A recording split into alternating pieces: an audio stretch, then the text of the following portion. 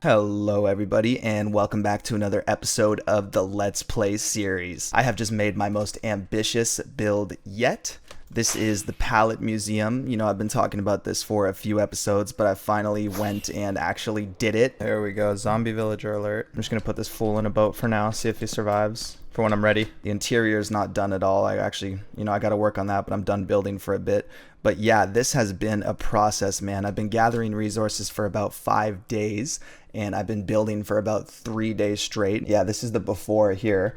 I had to completely flatten it out. It was like half plains, half forest area, but I decided to do it here because it was a relatively flat area, but it's also like right in the middle of everything that's going on, so it should look pretty awesome when it comes to updating it on the TTC map. And this is the palette that I went with. Shout out to Minecraft Original Palettes on Instagram, has been inspiring me a lot when it comes to these builds.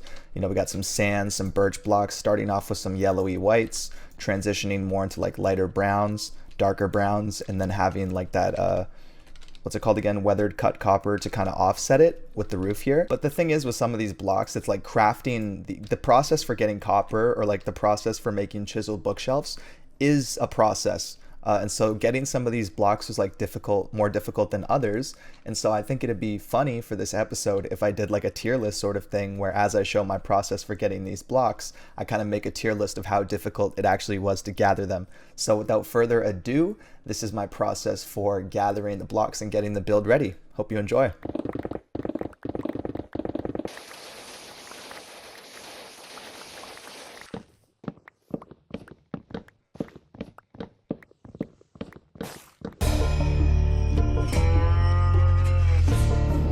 Okay, I'm in my editing software and I feel like I have to justify this. The reason why strip jungle log is slightly annoying is because I needed to get so many of it, whereas strip birch I didn't need to get that many. The reason why smooth sandstone is a little bit more difficult than the other two is because you have to smelt it, so it takes a little bit more time in AFK. As for the rest, I think it's pretty clear. Okay, I got the bamboo filling up here. I've had it locked.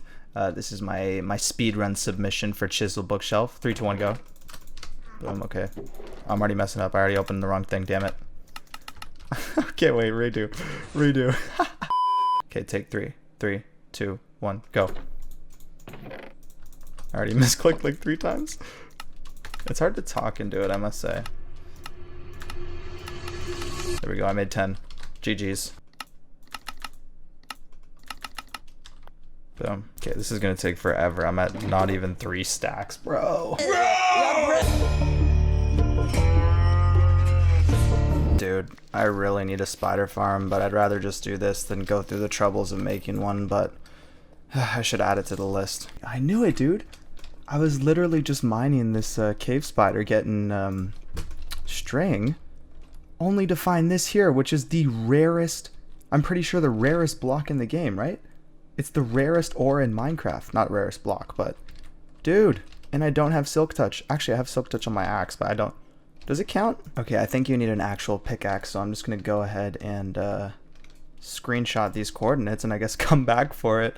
Put it in like a prized glass exhibit or something. Another one, let's go. Okay, I really need to get some silk touch going now. You know, another one too you don't see too often is deep slate coal. It's got a bit of an interesting look to it. Wait. I didn't know they made spider spawners like this. Oh, maybe I should just make a farm like this, right? Does this make it easier? I don't know. I'm gonna have to watch some videos. Okay, so I've slowly been gathering string here, and I've also, I got a lot of bamboo, so I can finally start crafting these looms here. I don't think this should be too difficult because it only takes 2 string per loom. You know, you can get a fast amount of stacks here pretty quick.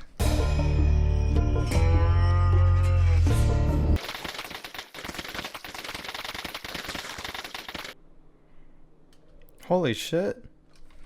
Wait. Are these the new variants? What are these things? Dog, I didn't think we updated yet. These things are beautiful. I need to get some bones ASAP. Okay, so while I'm waiting for a few different blocks to finish up here, I also have to gather some wheat because to turn mud into mud bricks, you have to combine it with wheat. And I'm pretty sure this is the best way I have of getting it right now. I'm gonna need to get another hoe that has fortune, but it's always satisfying to do this. Well, it's not satisfying because my computer stinks, but here we go. For some reason, I felt like that lagged less than wheat. I feel like the carrots are less laggy.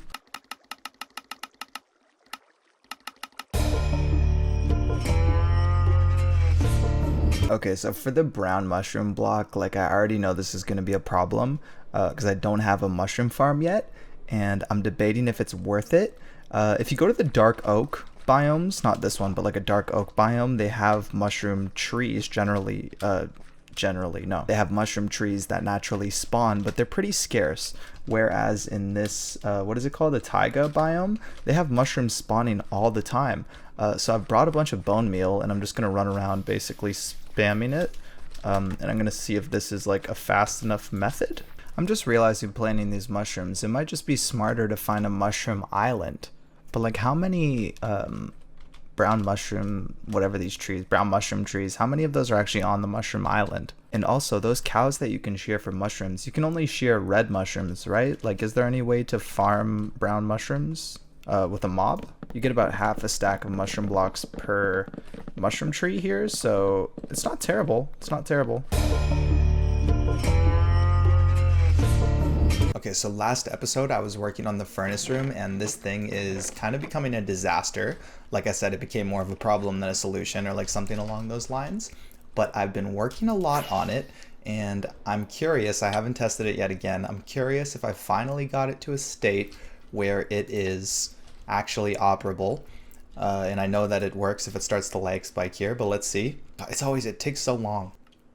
Here we go. Yes!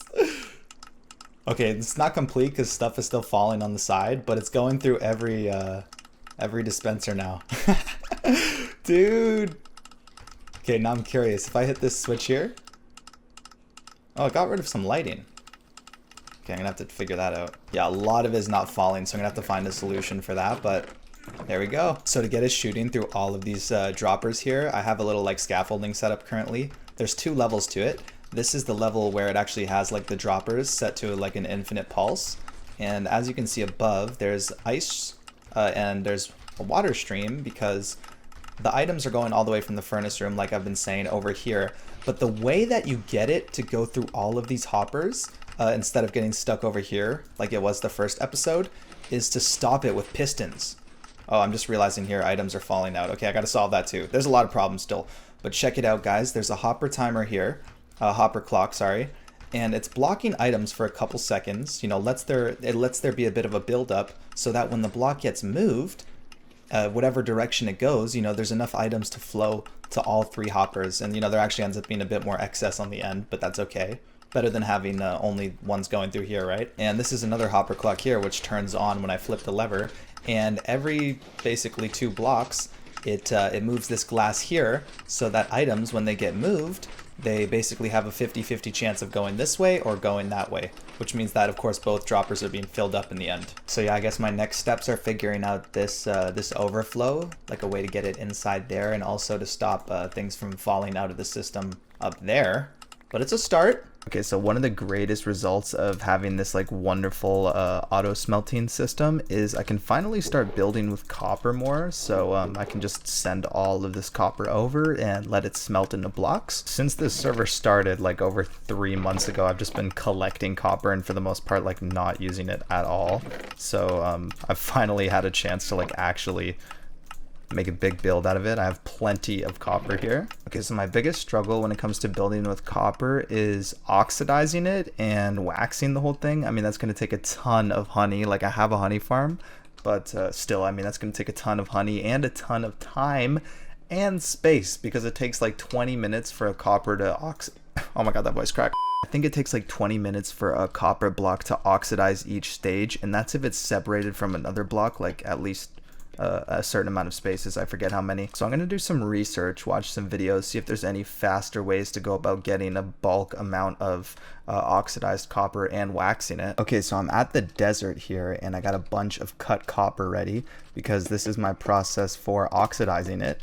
I watched a video and I was told that if you put a bunch of copper beside each other, it will take forever to oxidize. Like let's say that this block oxidizes. Since it's surrounded by blocks that are less oxidized than it, it cannot oxidize any further. So it has to wait until the blocks around it oxidize as well, which in turn makes the whole process incredibly longer. So the better strategy is to have copper place 1 and then 1, 2, 3, 4, place it every 4 blocks.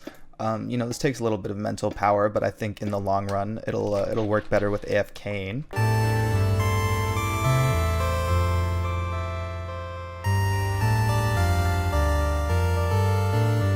So I've been AFK'd for a while, and this is taking fucking forever, dude. But I'm really glad I spaced it apart, because as you can see here, these 3 blocks are the first ones that are actually starting to weather away. So with that said, I'm definitely going to keep spacing it out. I got my axe in my offhand, and I got my pick in my main hand here. I can just break any of the ones that are already weathered, and I can scrape away any that are fully oxidized here. I just moved this whole operation over to the end where I have my bee farm, because I realized 2 birds, 1 stone. You know, let the copper oxidize while I gather the honeycombs to wax the copper. And as you can see here, I actually had to close off this bee encampment here because I kept breeding the bees in this outside area and they kept disappearing for some reason. I'm like, what's going on? Are my bees just despawning? It turns out no. Turns out they've all been going down to like the void here for some reason. I'm still not exactly sure why. This is the most I've seen at this point. But yeah, I realized I had to like close off a bee area, so it's a lot more efficient now. And this is me from the future here. I actually didn't know this at the time, but instead of placing a honey block by right-clicking it on copper, you can actually put a block of copper in a crafting table with the honey block and wax everything at once, which is super annoying to me because I spent so long in that time lapse waxing block by block with my hand when I could have just crafted them all waxed. Well, at least you learned something new, people. Not gonna lie, I originally had this in Never Again, but I don't want to completely write it off, and knowing that you can use a crafting table to wax, you know, a large amount of copper makes it a little bit more manageable, so I'm keeping it in just the annoying tier. Here it is, guys, my big haul. Days of work here in a few shulker boxes, very colorful shulker boxes. So this is, you know, I've done a lot of builds on this server, guys, and the one thing I hate the absolute most is when you're in the middle of a time lapse and you run out of blocks and you have to put the whole thing on pause, go get more resources. That happens almost every time I make a build. I'm not even kidding. So this time I went overkill. I got as many blocks as I possibly could before I went insane, and I really do think I should have enough. So here we go.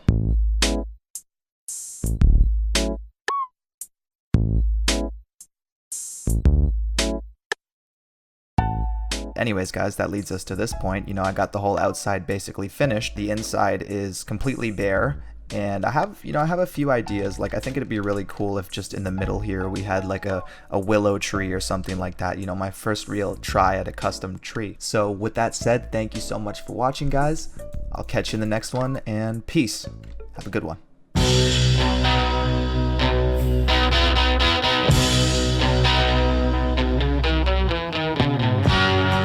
I got what I deserve. Kept you waiting there too long, my love. Yes, I recreated the Breaking Bad ending with my Minecraft character. Alright, can you tell that I'm watching Breaking Bad right now? Oh, I have to download it? It's not even going to show me it? Let's see how good this is. This is ChatGPT trying to remove Walter White from the background and replace it with flooring. What? It literally just put a blurry image. I didn't. This is it. And I missed. I missed. Yeah, who's laughing now?